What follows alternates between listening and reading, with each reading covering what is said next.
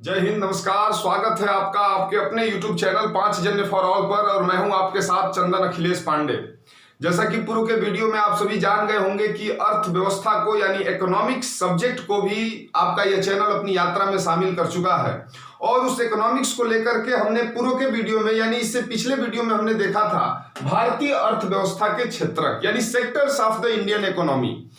उस वीडियो में हमने इंट्रोडक्शन प्राप्त किया था यानी हमने देखा था कि भारत के अर्थव्यवस्था में इकोनॉमिकल एरेना में 3 प्रकार के सेक्टर्स होते हैं यानी यही 3 क्षेत्रक होते हैं जहां पर व्यक्ति अपने आजीविका को चलाने के लिए इकोनॉमिकल एक्टिविटी के माध्यम से जुड़ता है। हमने देखा था कि पहला जो सेक्टर होता है वो प्राइमरी सेक्टर होता है यानी एग्रीकल्चर रिलेटेड सेक्टर भी इसको कहा जाता है, प्राथमिक क्षेत्रक भी इसे कहते हैं। दूसरे क्रम में हमने सेकेंडरी सेक्टर्स को देखा था जिसको इंडस्ट्रियल सेक्टर भी कहा जाता है और तीसरा टर्सरी सेक्टर जो था जिसको हम सर्विस सेक्टर के नाम से भी जानते हैं। यानी इन तीनों सेक्टर्स के एग्जांपल्स, इनके उदाहरण, इनके बारे में इनका विस्तार और इनके परिचय हमने पिछले वीडियो में प्राप्त किया था। यानी आज का वीडियो जो लोग देख रहे हैं उनसे मेरा अपील है कि इससे पिछले का वीडियो आप जरूर देखें क्योंकि वो इकोनॉमिक्स भारतीय अर्थव्यवस्था के क्षेत्र का वो पार्ट 1 था और आज आपका यह चैनल उसका फाइनल वीडियो यानी सेकंड पार्ट प्रसारित कर रहा है। सेकंड पार्ट में हम सबसे पहले बात करेंगे जीडीपी, क्योंकि जीडीपी वो मेजरमेंट होता है, एक अंतरराष्ट्रीय रूप से यह एक मापदंड है जिसके द्वारा किसी देश की अर्थव्यवस्था की दशा और दिशा को देखा जा सकता है, समझा जा सकता है, महसूस किया जा सकता है। तो हम सबसे पहले जीडीपी पे बात करेंगे और जीडीपी को समझने के बाद हम चलेंगे इन तीनों सेक्टर्स की कैटेगरी के बारे में, यानी रोजगार के आधार पर इन तीनों सेक्टर्स की क्या कैटेगरी है, रोजगार के साथ साथ ओनरशिप यानी मालिकाना हक के आधार पर इन सेक्टर्स की क्या क्या कैटेगरी है। साथ ही इसी वीडियो में हम बात करेंगे कि इन तीनों क्षेत्र में कौन कौन सी संभावनाएं अभी आगे आने वाली हैं, किन माध्यमों से हम अपने सेक्टर्स को रिफॉर्म करके जो चैलेंजेस हैं हमारे सामने उन चैलेंजेस को दूर कर सकते हैं। इन सब के बारे में भी आपका यह चैनल आज के वीडियो में बात करेगा। चूंकि यह वीडियो अर्थव्यवस्था को समझने के लिए सभी के लिए उपयोगी है, लेकिन मैं बार बार कह रहा हूं कि जो कक्षा 10 के विद्यार्थी हैं यानी स्टैंडर्ड 10th के जो स्टूडेंट्स हैं, चाहे वो यूपी बोर्ड के हों चाहे वो सीबीएसई बोर्ड के हों, उनके लिए यह वीडियो, यह टॉपिक, यह विषय वस्तु बहुत ही महत्वपूर्ण होने वाला है क्योंकि आपकी आगामी बोर्ड परीक्षाओं में यह भी एक सेक्शन होता है जिसको इकोनॉमिक्स के नाम से जानते हैं, हम अर्थव्यवस्था के नाम से जानते हैं। इस सेक्शन से भी आपसे सवाल पूछे जाते हैं यानी 80 मार्क्स, 80 नंबर का जो आपका परीक्षा होगी उस परीक्षा में 20 नंबर 20% का जो रोल होगा, वाइटल रोल होगा, वो इकोनॉमिक्स ही प्ले करेगा। तो आइए हम बात करते हैं सबसे पहले जीडीपी, यानी ये कौन सा मेजरमेंट है जिसके द्वारा हम अपने इकोनॉमी को समझ सकते हैं, हम अपने इकोनॉमी से उम्मीद लगा सकते हैं। यह एक अंतरराष्ट्रीय रूप से जारी किया गया एक विशेष देश का आंकड़ा होता है जिसको ग्रॉस डोमेस्टिक प्रोडक्ट के नाम से जानते हैं। The full form of GDP is gross domestic product. Hindi में इसको सकल घरेलू उत्पाद के नाम से भी हम जानते हैं।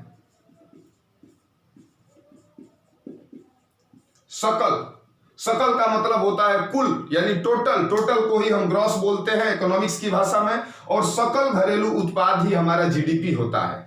जीडीपी के 4 मेन कंपोनेंट्स होते हैं यानी 4 कंपोनेंट्स का होना एक देश के जीडीपी को जानने के लिए, एक जीडीपी को यदि फाइंड आउट करना है तो 4 कंपोनेंट्स का होना अति आवश्यक है। The first component is political boundary. Political boundary का मतलब होता है राजनीतिक सीमा, और राजनीतिक सीमा एक देश की क्या होती है इसका विस्तार स्वरूप वर्णन आपका यह चैनल भूगोल का जो प्लेलिस्ट आपके इस चैनल पे बना हुआ है, और उस प्लेलिस्ट में जो भूगोल विषय है, ज्योग्राफी है, उस ज्योग्राफी का विधिवत प्रसारण हमारे परम मित्र अभिषेक सिंह जी के द्वारा हुआ है। उस वीडियो में आप समझेंगे कि किसी देश की भौतिक सीमा क्या होती है, किसी देश की राजनीतिक सीमा क्या होती है। तो पॉलिटिकल बाउंड्री, सबसे पहले जीडीपी को फाइंड आउट करने के लिए यदि किसी देश की जीडीपी को जानना है तो उसका सबसे बड़ा कंपोनेंट है उसकी पॉलिटिकल बाउंड्री। पॉलिटिकल बाउंड्री को हम आसान शब्दों में समझ सकते हैं। ये मान लीजिए ये हमारा साउथ इंडिया है, ये साउथ इंडिया है। साउथ इंडिया यदि फिजिकल मैप के आधार पर देखा जाए तो ये हमारी सीमा है यानी ये हमारा बाउंड्री है, लेकिन हमारे महासागरों में भी हमारे कुछ हद तक हमारा जुडिकेचर है, यानी हमारा अधिकार क्षेत्र है, और उस अधिकार क्षेत्र तक हम या तो मछली पकड़ने के लिए जाते हैं या तो फिर हम पेट्रोलियम प्रोडक्ट को, पेट्रोलियम मिनरल्स को हम निकालने के लिए जाते हैं। तो ये हमारी पॉलिटिकल बाउंड्री हुई। तो सबसे पहले पॉलिटिकल बाउंड्री का होना जीडीपी में जरूरी है। पॉलिटिकल बाउंड्री के साथ साथ एक इकोनॉमिकल स्पेसिफिक ईयर, यानी एक वित्तीय वर्ष का भी होना जरूरी है। यानी पॉलिटिकल बाउंड्री के साथ साथ economical year and then goods and services, means वस्तु एवं सेवा, और लास्ट में फाइनल कॉस्ट यानी अंतिम मूल्य। यही वो चार कंपोनेंट्स होते हैं, यही वो चार घटक होते हैं जिनके द्वारा किसी देश की जीडीपी निकाली जाती है। यानी एक राजनीतिक सीमा के अंतर्गत एक इकोनॉमिकल ईयर में वस्तु एवं सेवाओं का जो अंतिम मूल्य होता है वही मूल्य किसी देश की जीडीपी होती है। इसको हम आसान भाषा में इसको परिभाषित कर सकते हैं। यानी जो हमारे चारों कंपोनेंट्स हैं, ये चारों कंपोनेंट्स को मिलाकर ही जीडीपी बनता है, ग्रॉस डोमेस्टिक प्रोडक्ट बनता है। फिर से हम बात करते हैं पॉलिटिकल बाउंड्री, यानी एक देश के अंतर्गत, एक देश की राजनीतिक सीमा में जो उत्पादन होता है, और उत्पादन प्रोडक्शन किस चीज का होता है, तो वस्तु और सेवा। मार्केट प्लेस में जब हम मनी लेकर के निकलते हैं तो या तो हम वस्तु सामान खरीदते हैं और नहीं तो फिर हम सेवा खरीदते हैं। और ये दोनों ही प्रकार की, चाहे वो वस्तु हो चाहे वो सेवा हो, उसका जो अंतिम मूल्य होगा एक स्पेसिफिक इकोनॉमिक ईयर का, एक राजनीतिक सीमा में वस्तुओं और सेवाओं का अंतिम मूल्य ही जीडीपी कहलाता है, ग्रॉस डोमेस्टिक प्रोडक्ट कहलाता है। अंतिम मूल्य, मैं बार बार कह रहा हूं, अंतिम मूल्य का तात्पर्य यहां इस बात से है कि मान लीजिए हम मार्केट से एक बिस्किट का पैकेट लेते हैं, पार्ले जी बिस्किट। इस पार्ले जी बिस्किट का जो एमआरपी होता है, मैक्सिमम रिटेल प्राइस होता है, वो 5 रुपए होता है। मान लीजिए ये 5 रुपए इस पार्ले जी बिस्किट का फाइनल कॉस्ट होता है, यानी अंतिम मूल्य होता है। इस बिस्किट को बनाने में प्राइमरी सेक्टर के द्वारा व्हीट यानी गेहूं का उत्पादन होता है, देन शुगर केन गन्ने का उत्पादन होता है, देन ऑयल सीड तेल के बीज का उत्पादन होता है। इसको सेकेंडरी सेक्टर में इस गेहूं को आटा बनाया जाता है, इस शुगर केन को शुगर में बदला जाता है, एंड देन ऑयल सीड को ऑयल में बदला जाता है। यानी इंडस्ट्रियल सेक्टर इसे बिस्किट बनाता है, इस रॉ मटेरियल को फिनिश गुड्स में तब्दील करता है। और तब यह टर्सरी सेक्टर, जिसमें कम्युनिकेशन, ट्रांसपोर्ट इत्यादि सेक्टर्स में मिलकर के लोग फैसिलिटी के माध्यम से इस प्रोडक्ट को कस्टमर तक ले आते हैं, और जब फाइनल कॉस्ट होता है उस 5 रुपए ये जीडीपी में इंक्लूड होते हैं। यानी एक राजनीतिक सीमा में, एक वित्तीय वर्ष में कुल वस्तुओं और सेवाओं का अंतिम मूल्य ही जीडीपी कहलाता है। हमारे प्रधानमंत्री जी का एक सपना भी है, उन्होंने विश्वास किया है कि हम आने वाले समय में देश की अर्थव्यवस्था को 5 ट्रिलियन तक लेके जाएंगे। अभी 2.6 ट्रिलियन चल रहा है, 5 ट्रिलियन ले जाने का कयास, ले जाने का प्रयास हमारी भारत सरकार के द्वारा हो रहा है। 5 ट्रिलियन का मतलब ये 100, ये मिलियन, ये बिलियन और ये ट्रिलियन, हमारी इकोनॉमी को यहां तक ले जाने का प्रयास चल रहा है। ये 5 ट्रिलियन का आंकड़ा है, और ये हमारा जीडीपी है। ये हमारे जीडीपी के कंपोनेंट्स हैं, इन्हीं के माध्यम से जीडीपी निकाली जाती है।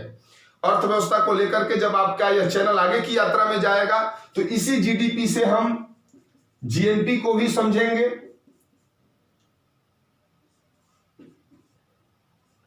एनडीपी को भी समझेंगे और एनएनपी को भी समझेंगे। यानी आज के वीडियो में हमने जीडीपी को देखा। जीडीपी से संबंधित यदि आपके पास कोई डिस्प्यूट होता है, कोई अगर आपके पास शक और शिकवा शिकायत है, तो आप कमेंट के माध्यम से आप सवाल पूछ सकते हैं। आपके सवाल का आपका यह चैनल स्वागत करता है, और कमेंट का प्रतिक्रिया भी आपका यह चैनल जरूर देगा। आने वाले वीडियो में हम ग्रॉस नेशनल प्रोडक्ट के बारे में जानेंगे, नेट डोमेस्टिक प्रोडक्ट के बारे में जानेंगे, और नेट नेशनल प्रोडक्ट के भी बारे में जानेंगे।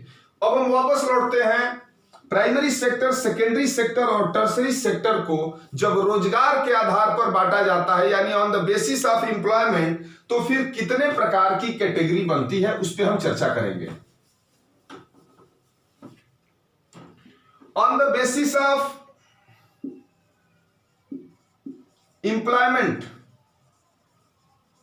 यानी रोजगार के आधार पर जब हम इन क्षेत्रकों का बंटवारा करते हैं तो दो प्रकार के क्षेत्रक बढ़ते हैं, एक ऑर्गेनाइज सेक्टर और दूसरा इनऑर्गेनाइज सेक्टर। यानी एक को हम संगठित क्षेत्रक और दूसरे को असंगठित क्षेत्रक के नाम से जानते हैं। मतलब जब हम सर्विस सेक्टर में या इंडस्ट्रियल सेक्टर में काम करते हैं तो वो सेक्टर जब रोजगार के आधार पर आता है, यानी जब हम वहां रोजगार पाते हैं तो वो रोजगार दो भागों में डिवाइड होता है। एक संगठित क्षेत्र के रूप में डिवाइड होता है। ये संगठित क्षेत्र क्या होता है, तो जिस क्षेत्र में नौकरी की निश्चितता हो, यानी जहां पर व्यक्ति अपनी नौकरी को लेकर के अपने आप को महफूज समझता हो, वह क्षेत्र संगठित क्षेत्र होता है। और जहां पर नौकरी के ऊपर तलवारें लटकी होती हो, यानी जहां पर व्यक्ति अपने नौकरी को लेकर के श्योर न हो, निश्चित न हो और वहां पर महफूज न हो, वो इनऑर्गेनाइज सेक्टर होता है। मैंने पिछले वीडियो में बात किया था कि ऑर्गेनाइज और इनऑर्गेनाइज सेक्टर को कांता और कमल की कहानी के माध्यम से देखेंगे।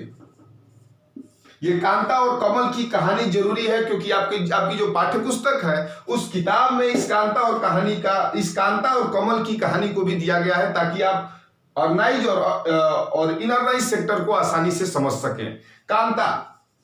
कांता एक लड़की है।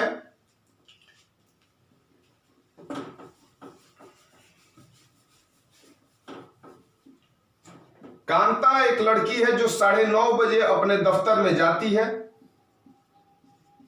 4:30 बजे अपने दफ्तर से आती है। कांता ने जब अपना काम शुरू किया था तो कांता को अपॉइंटमेंट लेटर मिला था, यानी उस लेटर में उस नौकरी से जुड़ी हुई तमाम प्रकार की जो सेवा और शर्तें होती हैं, जो टर्म कंडीशन होते हैं, उस सारे टर्म एंड कंडीशन उस अपॉइंटमेंट लेटर में वर्णित थे। उसको पढ़ करके ही नौकरी स्वीकार किया था। और कांता को वीकली हॉलीडे भी मिलता है, यानी जो संडे की छुट्टी होती है वो भी कांता लेती है। छुट्टी के साथ साथ जो फेस्टिवल सीजन में जो छुट्टियां होती हैं वो छुट्टियों का लाभ भी कांता लेती है। मंथली सैलरी भी कांता लेती है और साथ ही साथ अपने काम के आधार पर ही उसको पैसा दिया जाता है, यानी जितना काम करती है वो उसका मंथली सैलरी होता है। अगर उसके सर्विस के अतिरिक्त भी उससे काम लिया जाता है तो उसके अदर अलाउंसेज यानी अदर भत्ते होते हैं। कुल मिलाकर के कांता की जो नौकरी है वो सुरक्षित है।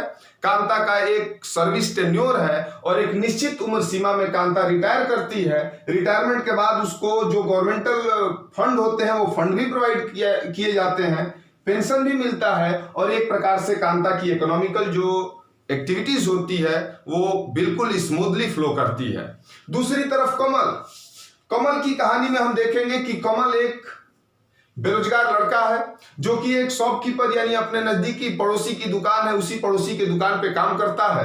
सुबह 7 बजे जाता है, रात को 9 बजे वापस लौटता है। कोई वीकली हॉलीडे ये लाभ नहीं उठा पाता। इतवार के दिन यानी संडे के दिन भी दुकान पे जाता है। जितना दिन यह अपने सर्विस पे जाता है यानी जितने दिन यह काम पे जाता है उतने ही दिन का दाम ये पाता है, यानी जिस दिन यह छुट्टी लेगा उस दिन इसको पैसा उस दिन का नहीं मिलता है। नौकरी की कोई निश्चितता नहीं होती है, यानी प्रसाद पर्यंत अपने मालिक के प्रसाद पर्यंत यह नौकरी करता है। और एक दिन ऐसा भी आता है जब इसका मालिक इसको बिना पूर्व सूचना के इसको इसकी नौकरी से निकाल देता है। यानी कहने का मतलब साफ है कि इनऑर्गेनाइज सेक्टर में काम करने वाले लोगों की जो नौकरी की गारंटी होती है वो बिल्कुल नहीं होती है।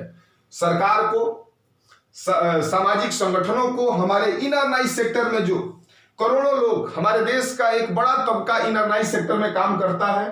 मैं उदाहरण अगर गिनवाने लगूं तो फिर समय भी लंबा होगा, आप सभी समझ सकते हैं। या फिर यदि आपको इनऑर्गेनाइज सेक्टर को, ऑर्गेनाइज सेक्टर को समझने में बाधा उत्पन्न हो रही हो, यदि आपका कोई सवाल हो तो आप अपने कमेंट के माध्यम से भी पूछ सकते हैं। मीन्स नौकरी की जहां गारंटी होती है, जहां अपने आप को व्यक्ति महफूज समझता हो, वह संगठित क्षेत्रक है। कांता एक अच्छी उदाहरण है ऑर्गेनाइज सेक्टर का। और जहां पर व्यक्ति महफूज नहीं समझता वो इनऑर्गेनाइज सेक्टर है। कमल एक अच्छा उदाहरण है इनऑर्गेनाइज सेक्टर का।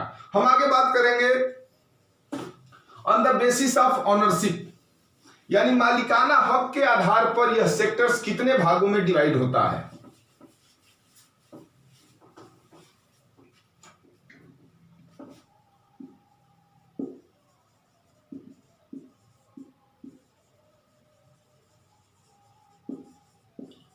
मालिकाना हक के आधार पर जब हम इसको क्लासिफाइड करते हैं, इसको वर्गीकृत करते हैं, तो मेनली 3 प्रकार के सेक्टर्स होते हैं। हालांकि एक सेक्टर्स जो ज्वाइंट सेक्टर्स का नाम आता है उसकी चर्चा कक्षा 10 में नहीं की गई है। इसकी चर्चा हम आगे आने वाले वीडियो में जरूर करेंगे। लेकिन जो 10 का टेक्स्ट बुक है, यानी जो क्लास 10th का स्टैंडर्ड है, उस स्टैंडर्ड में 2 प्रकार के सेक्टर्स ऑनरशिप के आधार पर हमारे अर्थव्यवस्था में, हमारे इकोनॉमी में पाए जाते हैं। एक पब्लिक सेक्टर होता है और एक प्राइवेट सेक्टर होता है। पब्लिक सेक्टर को हम सार्वजनिक क्षेत्र के रूप में भी जानते हैं। जैसा कि नाम से स्पष्ट है, इसका जो मालिकाना हक होता है वो गवर्नमेंट के ऊपर होता है, यानी गवर्नमेंट यानी पब्लिक, हम भारत के लोग इस सेक्टर्स के मालिक होते हैं। और दूसरा जो क्षेत्रक होता है वो प्राइवेट होता है, उसको हम निजी क्षेत्रक के रूप में भी समझ सकते हैं। भारत एक मिश्रित अर्थव्यवस्था वाला देश है और मिश्रित अर्थव्यवस्था में दोनों प्रकार के सेक्टर्स अपने अपने इकोनॉमिकल एक्टिविटीज को कंडक्ट करते हैं।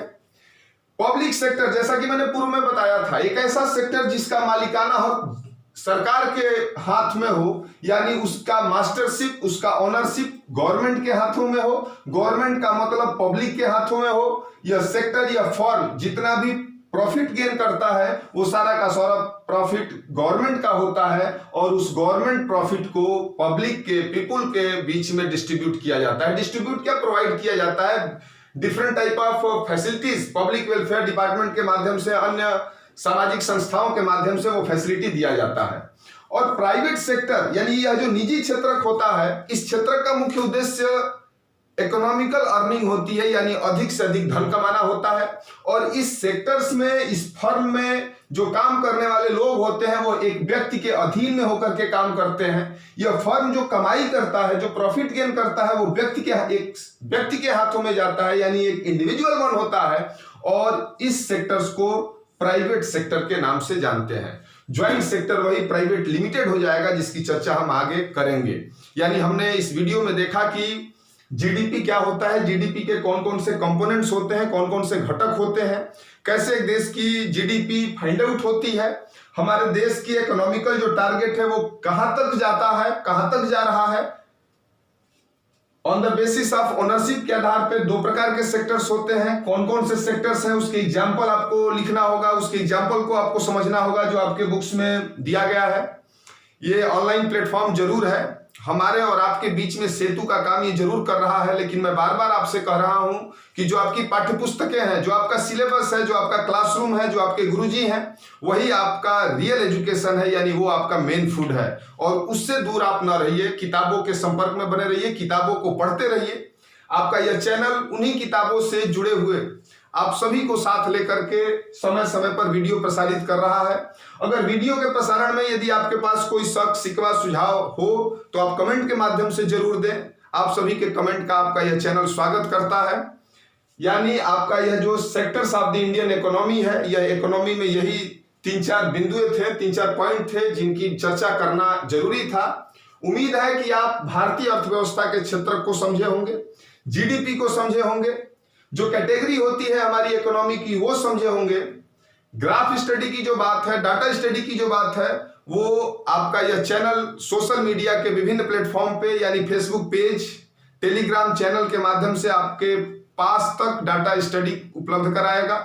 जो चार्ट होते हैं उस चार्ट को भी हमारे टेलीग्राम चैनल पे आपको उपलब्ध हो जाएगा, आप प्राप्त कर सकते हैं। और साथ ही यदि वीडियो के प्रसारण में किसी भी हमारे विषय वस्तु को लेकर के आपके मन में, मैं बार बार फिर कह रहा हूं कि यदि आपको कोई सुझाव देना है, आपके मन में कोई दुविधा हो, तो आप कमेंट के माध्यम से हमसे सवाल पूछ सकते हैं। हम आपके सवाल की प्रतीक्षा करेंगे, आपके सवालों के जवाब देने का, आपको संतुष्ट करने का भरसक प्रयास करेंगे। लगे रहिए, बने रहिए, जुड़े रहिए। जय हिंद, जय भारत, भारत माता की जय।